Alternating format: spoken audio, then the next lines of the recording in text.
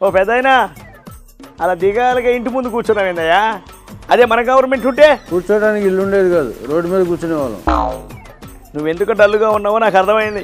మీ ఆశల్ని ఈ కూటమి ప్రభుత్వం గాలికి వదిలేసింది. నువ్వు గాలిలో హెలికాప్టర్లో తిరగడానికి మా ప్రజల డబ్బులు ఎన్ని గాలిలో కలిపేసావో తెలుసా? చిన్న ఖర్చు. సీఎం అంటే మాత్రం ఉండదా?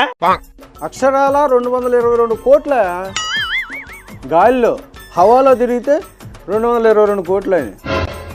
అదే నువ్వు అవినీతి చేసి హవాలా చేసిన మనీ లక్షల కోట్లు.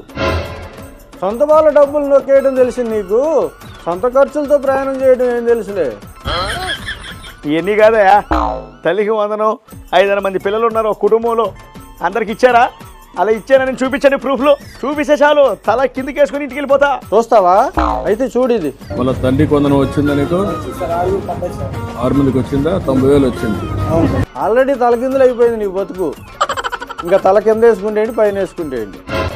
ఓ